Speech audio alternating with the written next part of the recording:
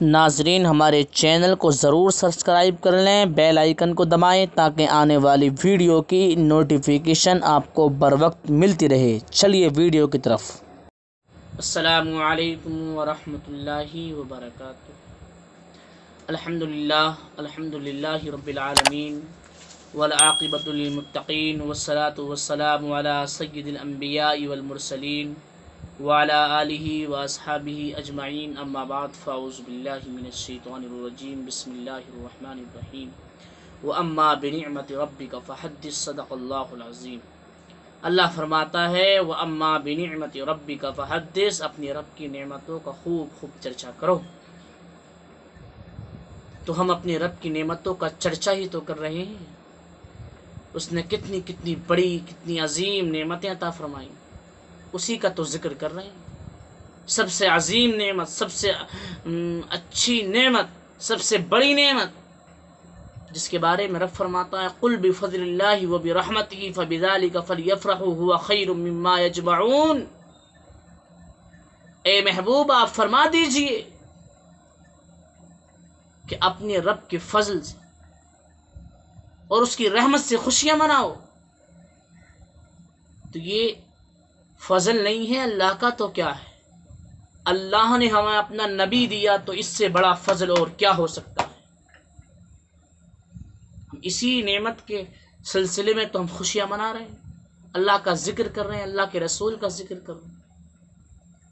اور اللہ فرماتا ہے هو الذی خلق لکم ما فی الارض جمیعا، کہ اللہ نے جو کچھ زمین میں پیدا کیا ہے تمہارے نفع کے لیے۔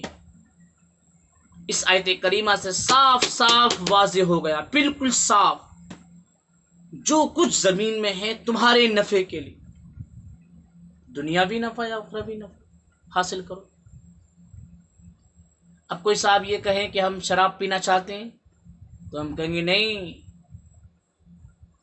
اللہ نے یہ جو آیت نازل کی ہے یہ تو اپنی جگہ حق ہے، لیکن اللہ نے شراب کو حرام کرنے کے لیے قرآن میں آیت نازل فرما دی، ممانعت کر دی اس کی۔ کوئی کہے ہم صاحب اس آیت کریمہ کے تحت یہ جو آپ اللہ نے فرمائی هو الذی خلق لکم ما فی الارض جمیعا، اس کے مطابق ہم سور کا گوشت کھانا چاہتے ہیں، ہم کہیں گے نہیں صاحب، ہاں یہ آیت ٹھیک ہے، اپنی جگہ حق ہے بالکل، لیکن اللہ نے سور کی ممانعت کر دی۔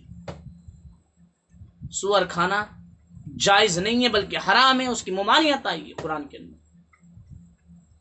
اور اس آیت کریمہ کے تحت میلاد منانا جائز ہے، بالکل جائز ہے میلاد منانا اس آیت کریمہ کے تحت۔ ہر وہ چیز جائز ہے، ہر وہ کام جائز ہے جس کے بارے میں اللہ نے اور اللہ کے رسول نے حدیث اور قرآن کے اندر ممانعت نہیں فرمائی ہے۔ جس چیز کی حدیث اور قرآن کے اندر ممانعت آ گئی ہے ہر وہ چیز حرام ہے، اور جس کی ممانعت نہ قرآن میں نہ حدیث میں تو یہ جائز ہے۔ لاؤ کوئی ایسی حدیث، کوئی ایسا کیا بولتے ہیں قرآن کریم کی آیت جس کے اندر اللہ نے فرمایا ہو نبی کا ذکر کرنا، نبی کی میلاد پڑھنا، جو ہے میلاد کے نام پر لوگوں کو کھانا کھلانا، میلاد کے نام پر لوگوں کو کپڑا پہنانا، میلاد کے نام پر خوشیاں منانا، جو ہے اللہ اکبر، یہ جو سب حرام ہے کوئی حدیث ایسی؟ ہے کوئی قرآن کی آیت ایسی؟ لاؤ۔ بالاتفاق عید میلاد النبی منانا قرآن سے بھی ثابت ہے اور حدیث سے بھی ثابت ہے۔ یہ تین آیتیں جو میں نے قرآن کی پڑھی ہیں، تینوں آیتوں سے قرآن حدیث سے، تینوں آیتوں سے قرآن سے ثابت ہو رہا ہے کہ عید میلاد النبی جائز ہے۔ صحابہ کرام رضوان اللہ تعالی علیہم اجمعین کی یہاں شادی ہوتی، کیا کسی نبی سے یہ ثابت ہے یا کسی حدیث یا کسی جو ہے صحابہ کرام سے یہ ثابت ہے کہ جب صحابہ کرام اپنی اولاد کی شادیاں کیا کرتے تھے تو اپنے گھروں میں لائٹیں لگاتے تھے، اپنے گھروں کو سجاتے تھے؟ نہیں ثابت، کسی حدیث سے ثابت۔ لیکن آج ہم یہ کرتے ہیں، گھروں میں شادی کے موقع پر لائٹیں لگاتے ہیں، گھر سجاتے ہیں۔ تو ہے ہمت کسی میں جو اس پہ بھی فتویٰ لگا دے؟ ہمت ہے کسی میں اس پہ فتویٰ لگا دے؟ بالکل جائز ہے، اگرچہ صحابہ کرام نے نہیں کیا یہ کام، لیکن ہم کہتے ہیں یہ جائز ہے۔ صحابہ نے اگرچہ نہیں کیا ہے، کیوں؟ صحابہ نے نہیں کیا، لیکن اللہ نے، اللہ کے رسول نے اس کو حرام نہیں بتایا، اس کی ممانعت نہیں آئی، اس لیے یہ کام اس آیت کریمہ کے تحت جائز ہے۔ هو الذی خلق لکم ما فی الارض جمیعا، اس آیت کریمہ کے تحت جائز ہے، کیوں اس کی ممانعت نہیں آئی؟ اور صحابہ نے یہ کیا نہیں، نبی نے یہ کام کیا نہیں، شادی بیاہ کے موقع پر لائٹیں لگانا، گھر سجانا، اور آپ سجاتے ہو، تو پھر تو یہ آپ کے مطابق، آپ کے بقول یہ جو ہے حرام ہو گیا، کیونکہ آپ کہہ رہے ہیں نا کہ حدیث میں نہیں ہے یہ، اور میلاد حدیث میں نہیں ہے، قرآن میں نہیں ہے، تو یہ بتاؤ شادی بیاہ کے موقع پر لائٹ لگانا، بارات لے کے جانا، گھروں کو سجانا، یہ جو ہے یہ کون سی حدیث ہے، کون سے قرآن سے ثابت ہے؟ آپ کے مطابق، آپ کے قول کے مطابق کہہ رہا ہوں یہ حرام ہو گیا، بلکہ ہمارے نزدیک جائز ہے، گھروں کو سجانا ہمارے نزدیک جائز ہے اس آیت کریمہ کے تحت۔ فتویٰ لگاؤ اس کے اوپر۔ اس سے آگے چلتے ہیں، حضرت عائشہ صدیقہ رضی اللہ تعالی عنہ فرماتی ہیں کہ ہمارا کمرہ اتنا چھوٹا تھا، جس کمرے میں میں حضور کے ساتھ رہا کرتی تھی کہ 3 شخص اس میں آرام سے سو سکتے تھے، چوتھے آدمی کی جگہ نہیں، کہ کچا مکان تھا۔ اور حضرت عائشہ صدیقہ رضی اللہ تعالی عنہ جو ہیں فرماتی ہیں کہ جب میں ہاتھ اپنا اوپر کو کرتی تو میرا ہاتھ چھت کو لگ جاتا، اتنی نیچی چھت تھی۔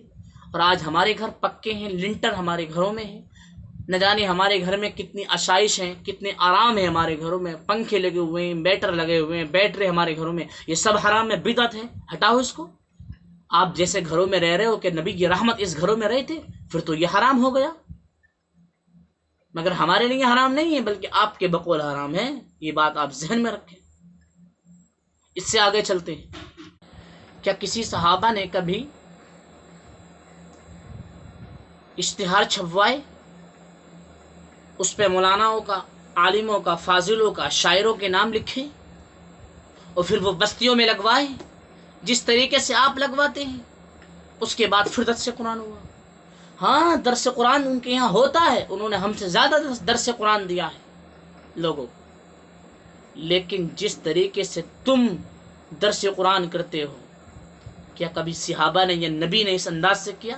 اشتہار چھپوائے کبھی؟ کیا جس طریقے سے جو ہے تم کبھی جو ہے بنگلور سے، کبھی امریکہ سے، کبھی پاکستان سے، کبھی افغانستان سے، کبھی سعودی عرب سے، کبھی دہلی سے مولاناؤں، عالموں، فاضلوں کو بلواتے ہو، اسی طریقے سے کبھی نبی یا صحابہ نے بلوایا، ان کے نام اشتہار میں دیے، بستیوں میں چھپوائے، پھر یہ کام کیا؟ نہیں۔ تو آپ یہ کام کرتے ہو، بدعت ہوا، لگاؤ فتویٰ اس کے اوپر، جلدی لگاؤ فتویٰ۔ کیوں کہ نبی نے نہیں کیا، صحابہ سے ثابت نہیں ہے، اور آپ کر رہے ہیں، تو پھر تو یہ ناجائز ہو گیا۔ اگر آپ یہ کہیں کہ جو کام نبی اور صحابہ نے کیا ہر وہ کام حرام ہے، صاحب سکون کی سانس بھی نہ لے سکو گے۔ ہاں، اتارو کپڑے، یہ کبھی صحابہ نے ایسے کپڑے پہنے جسے آپ پہن لیں؟ یہ انداز تھا کپڑے پہننے کا، یہ طریقہ تھا؟ جس گھروں میں آپ رہ رہے ہیں یہ گھر رہنے کے تھے؟ اس گھروں میں رہا کرتے تھے حضور یا صحابہ کرام؟ بتائیے آپ۔ یہ مدرسوں کے اندر دستار فضیلت، ختم بخاری اور یہ سندوں کا سلسلہ کسی حدیث سے ثابت ہے؟ آپ کر رہے ہیں یہ کام، حرام ہوا یہ کام پھر؟ مگر ہمارے نزدیک حرام نہیں ہے، بلکہ اس آیت کریمہ کے تحت جائز ہے، بالاتفاق جائز ہے، اور اسی آیت کریمہ کے تحت عید میلاد النبی جائز ہے۔ جواز کے لیے دلیل کی ضرورت نہیں ہوتی صاحب، بلکہ کسی کام کو منع کرنے کے لیے، کسی کام کو ناجائز بتانے کے لیے، کسی کام کو حرام بتانے کے لیے دلیل کی ضرورت پڑتی ہے۔ یہ بات آپ ذہن میں رکھیں، جواز کے لیے فتویٰ ضروری نہیں ہے، بلکہ منع کرنے کے لیے کہ یہ کام حرام ہے۔ اب اگر آپ یہ بات کہہ رہے ہیں کہ یہ حرام ہے، بدعت ہے، شرک ہے، تو لاؤ اب اس کے تحت فتویٰ لاؤ، فتوے کی ضرورت، لاؤ کوئی قرآن میں ایک حدیث، قرآن کریم کی آیت یا حدیث پاک جس کے اندر اللہ نے یا اللہ کے رسول نے فرمایا وہ میلاد منانا حرام ہے، بدعت ہے، کوئی حدیث پیش نہ کر سکو گے، سانسیں ختم ہو جائیں گی مگر حدیث یا قرآن کی آیت پیش نہ کر سکو گے، بلکہ ہم حدیث سے بھی ثابت کریں گے، قرآن سے بھی ثابت کر رہے ہیں کہ عید میلاد النبی منانا صحابہ نے بھی منایا، نبی نے بھی منایا، اللہ کے رسول نے خود اپنا میلاد منایا ہے۔